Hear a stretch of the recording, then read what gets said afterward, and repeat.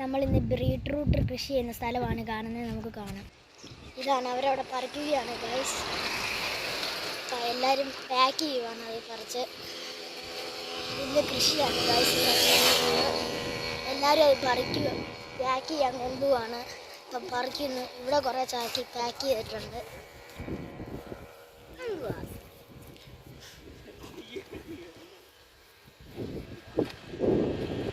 beetroot